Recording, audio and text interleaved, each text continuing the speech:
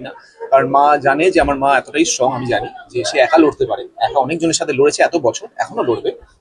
তার as a support আজকে যখন আমার নাম উঠেছে মা বলে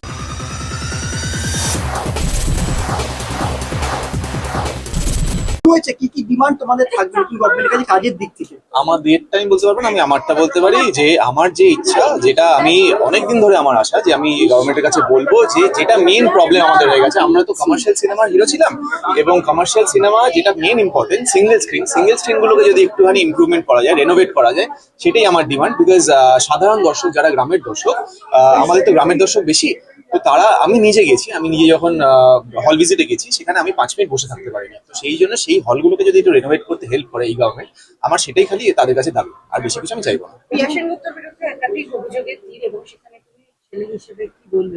আমি তো একটু সাপোর্ট করতে চলে এসেছি। কালকে অবধি আমার নাম নিয়ে কিছু বলা হয়নি, মা আমাকে বলেছে যতক্ষণ না তোর নাম নিয়ে কেউ কিছু বলছে তুই আসবি না। কারণ মা জানে যে আমার মা এতটাই স্ট্রং, আমি জানি যে সে একা লড়তে পারে, একা অনেকজনের সাথে লড়েছে এত বছর, এখনো লড়বে। তার অ্যাজ এ সাপোর্ট আজকে যখন আমার নাম উঠেছে, মা বলেছে তোর নাম যখন উঠছে তুই এসে আজকে কথা বলবি, আমি তোর কিছু বলবো না। তো সেই জন্য আমি আজকে এখানে এসেছি এবং আমি যেহেতু একজন ইসি মেম্বার, তাই জন্য এখানে এসেছি। এবং এটাই বলবো যে যে অভিযোগগুলো বলছে বা যে অভিযোগগুলো লাগাচ্ছে, যে অ্যালিগেশন দিচ্ছে, সেগুলো আমার মনে হয় যে যদি ভ্যালিড হয় তাহলে সেগুলো প্রুফ দিক, আমরা মাথা পেতে মেনে নেবো। তাতে কোনো সমস্যা ছিল, কাল অব্দি ছিল। বোঝানো হচ্ছে বারবার, শতদিনে দিনে বলছে যে তুমি পার্সোনাল লাইফ জানো না। আমাকে কেউ কিচ্ছু বোঝাচ্ছে না, আমি ও যা বলছে, ওর যে ফুটেজগুলো দেখছি, আমি সেইগুলোর ভিত্তিতে আমি ওকে ডিসাইড করছি। হ্যাঁ, 100% করেছিল। কালকে না, ও এটা আগেরবার যখন ইলেকশন হয়, এজিএম যখন মিটিং ডাকা হয়েছিল, অ্যানুয়াল জেনারেল মিটিং যেটা হয়, সেখানে যখন মা আর রতন সাহার মধ্যে কথাবার্তা হচ্ছে, ও রেগে এগিয়ে গেছিল, মায়ের দিকে তেড়ে গেছিল। সেটা নিয়ে আমরা নিজেদের মধ্যে কিন্তু মিটিংও নিয়েছিলাম, সেটা নিয়ে কিন্তু আমাদের দুজনের মধ্যে কথা হয়েছিল। তারপরে আমরা একসাথে খেলেছি, আমি ওকে বন্ধু বলে মেনেছি। বাট আজকেও যেটা করলো, কালকেও তো এখানে এসে বেসিক্যালি ভ্যান্ডালাইজ করা হয়েছে। তো সেইটার এগেন্স্টে আজকে আমাদের পুলিশকে কেন আমাদের ডাকা? আমরা তো পুলিশকে এমনি ডাকিনি, যে এখানে যাতে যা হচ্ছে সেটা পিসফুলি হোক, আমরা সেটুকু চাই। যেটাই হচ্ছে পিসফুলি, এখানে ঝগড়া ঝামেলা করার জায়গা নাই। ওরা বলছে ওরা নাকি ভয়ে ছিল, বাট যখন এই কেসটা হয়েছিল যেটা আমি বললাম, তো তখন তো ভয় পাইনি, যে এগিয়ে গেছিল তখন তো ভয় পাইনি, তখন ভয় ছিল না। এর আগেও তো অনেকবার মায়ের সাথে ঝগড়া করেছে, ঝামেলা করেছে। রতন আঙ্কেল যে ঝামেলা করেছে, আমি তো সেই সম্মানটাও দিচ্ছি, আমি তো সেই সম্মান দিয়ে এখনো বলছি যে রতন আঙ্কেল বলছি, কারণ আমি ভেবেছিলাম সত্যি সহদীপ আমার বন্ধু হয়। আর এটা আমি বুঝতে পারিনি যে ও এতটা এরকম ভাবে রিভল্ট করবে, এতটা ও তপ্ত হয়ে যাবে। আমি জানি না ওর এগেনস্টে কি করা হয়েছে যে ও এতটা, মানে দুদিন আগে যেভাবে ও মায়ের সাথে কথা বলছিল, আমার আজকেও রূপটা দেখে আমি খালি অবাক হচ্ছি, আর কিছু।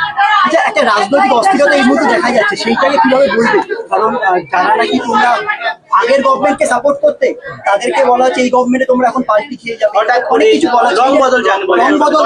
অনেকে কিন্তু রং বদল করছে, যারা একসময় পুরোপুরি টিএমসি করা ছিল।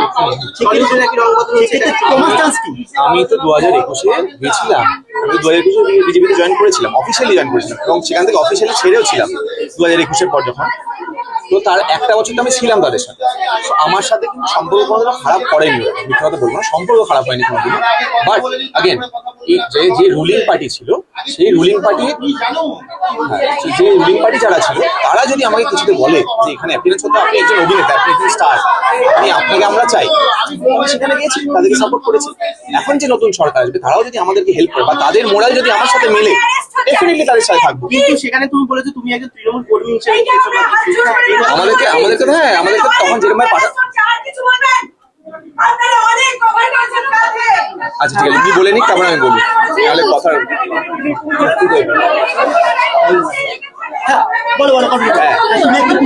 তৃণমূল কর্মী হিসাবে তখন আমি যে পার্টি ছিল, সেই পার্টির সাথে আমি যুক্ত ছিলাম, ঠিক আছে? সেই জন্য আমি সেখানে গেছি, তাদের হয়ে সাপোর্ট করতে গেছি, তাদের হয়ে কথা বলতে গেছি। এখন সেই পার্টি যদি হেরে যায়, যদি দর্শক মানে মানুষ যদি তাদের না চায়, তো সেটা তো কিছু করার নেই, মানুষের ডিসিশনটা আমরা সবসময় মাথার উপর রাখবো।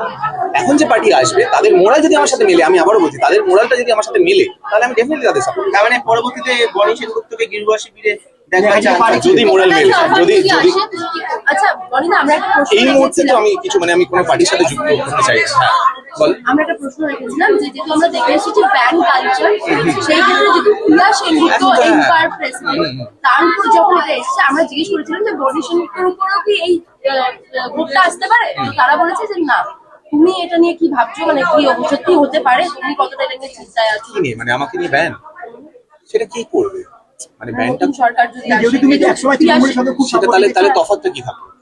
আমার কথা হচ্ছে নতুন সরকার যদি এসে একই কাজ করে তাহলে তফাৎটা কি থাকবে? যদি আগের সরকার কাউকে ব্যান করে থাকে, এখন নতুন সরকার এসে আমাদেরকে ব্যান করে, যেহেতু আমরা তাদের সাথে ছিলাম, মানে অন্য পার্টির সাথে ছিলাম, তাহলে তফাৎটা কি থাকবে? আমার তাতে কোনো ভয় নেই, যদি করতে চাই করবে, তাহলে তো ব্যাপারটা একই হয়ে গেল, দর্শক কাছে আরো ক্লিয়ার হয়ে যাবে, তাহলে সে ব্যাপারটা সেম হয়ে গেল, কোনো বদলাও এলো না, তাহলে পরিবর্তন এলো না। সেটাই আমার মনে হয় না তারা করবে। যেটা বললাম আগেন, যদি মোরাল ম্যাচ করে ডেফিনেটলি কেন সাপোর্ট করবে, যদি মানুষের ভালো করে, যদি আমাদের ভালো করে, শিল্পীদের ভালো করে, ডেফিনেটলি সাপোর্ট করবে। আচ্ছা, একটা প্রশ্ন হচ্ছে যে এমপাতি রাজনীতির রং এই বিষয়ে কোথায় কোথায় আমরা কি কোনোদিন এখানে জয় বাংলা বলেছি বা তৃণমূলের পতাকা ঝান্ডা মানে লেগেছি? এখন তো আমি দেখছি, এখন আজকে ঢুকতে গিয়ে আমি অবাক হলাম যে এখানে বিজেপি ঝান্ডা লাগিয়ে দিয়েছে। এতদিন আমি এখানে এসে ইসি মিটিং করেছি, কোনোদিনও দেখিনি, এই প্রথমবার দেখলাম। আমরা তো কোনোদিন এগুলো করিনি, আমাদের কাছে তো প্রুফ আছে যে এখানে কালকে লোকেরা এসে জয় শ্রীরাম চিল্লিয়ে গেছে, আমরা তো কোনোদিন জয় বাংলা বলে চিল্লাইনি। তাহলে কোথা থেকে? এটা একটা ইন্ডিভিজুয়াল বডি, এটা কোনো পার্টিগত না, এটা কোনো সিপিএম না, কোনো কংগ্রেস না, কোনো বিজেপি না, কোনো তৃণমূল সরকার না। এটা এখানকার যারা মেম্বার আছে তারা মাকে সিলেক্ট করেছে, আমরা যারা মেম্বার আমরা ভোট দিয়েছি, সবাই এসে ভোট দিয়েছে, তারা সিলেক্ট করেছে। এটা তো কোনো গভর্নমেন্ট সিলেক্ট করে দিয়ে যায়নি। তো তাহলে কি করে এই কথাগুলো আসছে, কে বলছে? আমি তো সেটাই বুঝতে পারছি না। যারা বলছে তারা হয়তো তাদের মনে হয়, তাদের অনেক কিছু মনে হয়, তারা অনেক কিছু অ্যালিগেশন লাগছে, তারা প্রুফ করুক, তারপর বুঝে নেবো। প্রুফ করুক না, কোনো অসুবিধা নেই, প্রুফ দেখি, তোমরাও প্রুফ দেখো না। Thank you.